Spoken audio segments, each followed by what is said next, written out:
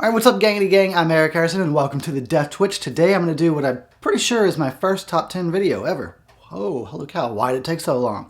Somebody suggested, it was Sean Connery. He suggested that I should do this. Leaving that in. Somebody suggested that I should do a top 10 favorite horror movies, and I was like, that's a good idea, but I started thinking about it, and I'm like, all my top 10 lists will just be so predictable.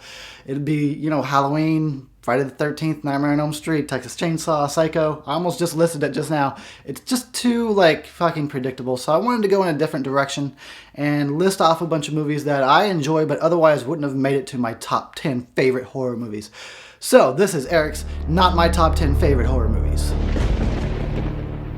Alright, so before we even begin, let me just put out some disclaimers. First of all, the title of this video could have been Eric's Top 10 Favorite Guilty Pleasures. It could have been Eric's Top 10 Favorite Horror Movies that make him laugh. It could have just been Eric's Top 10 Favorite 80s Horror.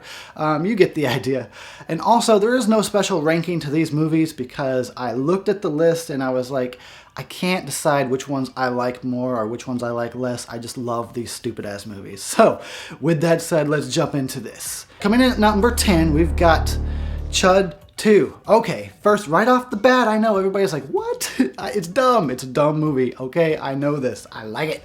Fucking makes me laugh, and that's all that matters. So, Judd 2, well, there's not a lot to say. It's a sequel to Judd. It's really went in a very comedic direction, very broad, very comedic. It comes off like a spoof of the zombie genre, and it just makes me laugh. Bud the Chud, you gotta love him. He's so lovable. He's got his own damn theme song. Yes, it's dumb. I don't care. I like it. Moving on to number 9. Number 9, we got Slaughter High. Slaughter High is just a classic slasher from the 80s. It was originally supposed to be titled April Fool's Day, but of course Paramount was also working on a movie called April Fool's Day, so they just called it Slaughter High, although the film is still set on April the 1st. Good kills, just the cheese factor is all the way up there, of course. The freaking stupid weird theme music I like. It's so dumb all around, the acting, the characters, but once you get into those kills and it really about the halfway mark, the movie really picks up and it becomes pretty entertaining, if I say so myself. Alright, number 8, The Car from 1977.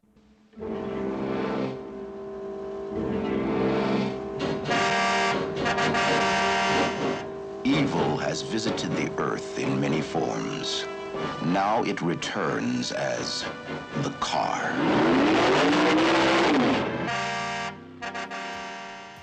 Now, I've seen clips of this, but I didn't see the movie until recently. I saw enough clips that I finally had to be like, I need to track down and watch this movie. And I did, and I was not disappointed. Christine, eat your heart out. Actually, The Car came way before Christine, and I'd say the difference is, there is no explanation really about the car. It's just the devil possessed this vehicle, and he's just murdering people. Why not? What else would the fucking devil do if he came here?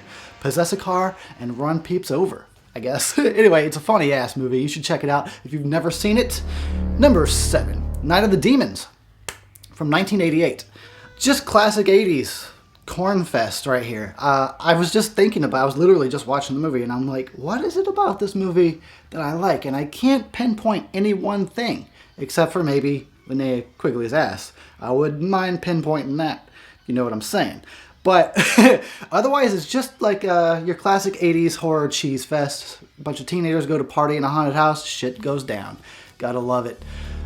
Number 6, Pieces. Now, The Pieces is a movie that has been out a long-ass time, and I only even discovered it was a movie within the past year or so, and then I watched it, and I've seen it a few times, instantly fell in love, but it's just... This movie is I got no words. I got nothing. Pieces. Oh my god. It's you just have to see it. Fuck. Okay. Murders will just happen out of nowhere in broad daylight. That's cool. It's just a fucking goofy movie, and it makes me laugh. And I want to say I think it has the very best fucking end to any movie that has ever been made, ever, ever, ever. With the possible exception of Cabin in the Woods. check out Pieces if you've never seen it, just for that stupid ending. You'll be like, what? I know I'm making a big deal out of this, and you'll watch it and you'll go, I don't know. But I don't know. It's so baffling that it's like, what were they even thinking? Number 5, Maniac Cop 2. Yeah, that's right, Maniac Cop 2. Not the first one, because the first one is actually, unfortunately, not all that great. But the second one is like leaps and bounds ahead of the first, which is a little bit sad because, like, the original has Bruce Campbell, and then Bruce Campbell is in this one for about 20 minutes before he gets killed off. Oh, that's the only problem I really have with Maniac Cop 2. If they could have just kept Bruce in there, he probably wanted out of the series, though, I would imagine. Yeah, superior to the first Maniac Cop. I think that the really interesting idea they went with on this one was the Maniac Cop kind of teams up with another serial killer.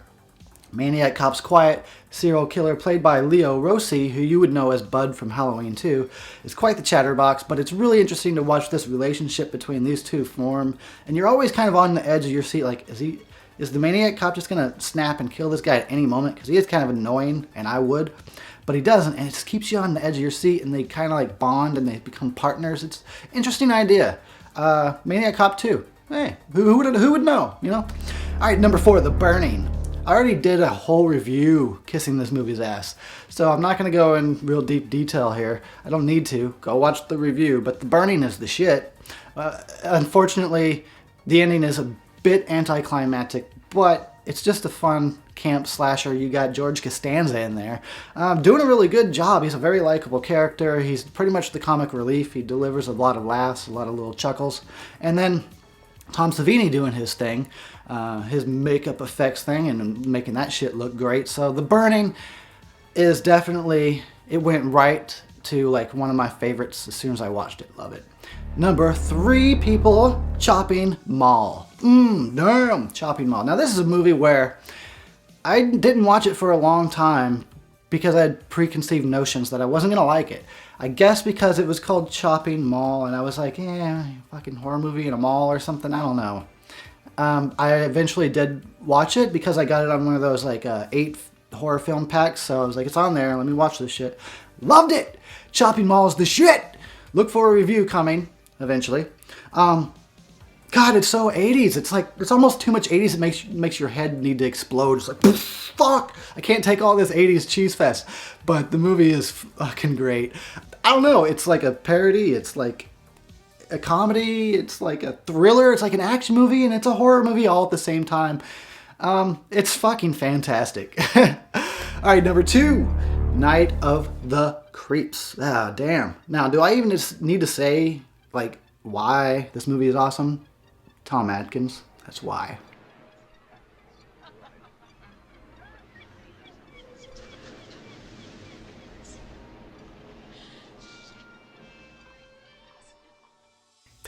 Fuck, I wish I was even a quarter as cool as that guy. God.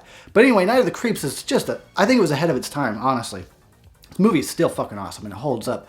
What is it about? It's like a space, alien, slug, zombie, creature, feature, comedy, horror. Boom, did you get all that? Why am I saying boom so much? I guess that's my new thing. Okay, whatever. Eric's got a new thing. Night of the Creeps.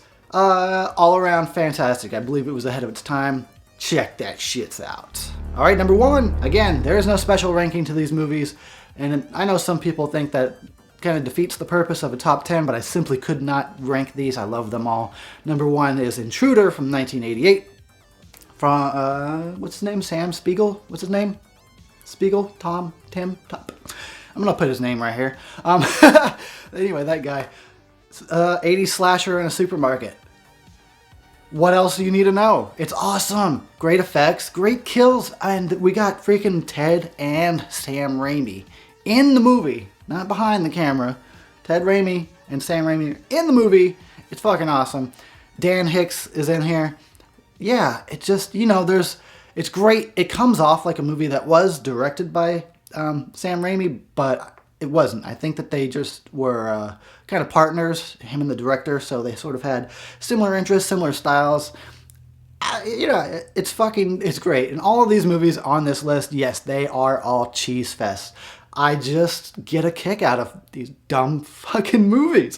For those of you that are hoping for a little bit more serious picks, I will have another top 10 coming up. Top 10 modern horrors. That'll have some more serious picks on that one. But as for this one, this was a straight cheese fest list, and no apologies for that. Fuck it. I love it.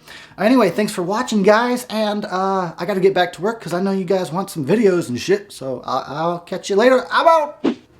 Alright, so I just want to give a special thanks to everybody watching right now. I ran into some troubles and everybody came to my rescue. They provided the kind of support that I need to get back to doing this, and it's nothing short of amazing that you guys were so willing to give and to help me out and to get this channel back on fucking track. So I'd like to raise a toast to you guys, the Death Twitch fans, for just being the shit. So I'm going to drink this beer. This is to you. Here we go.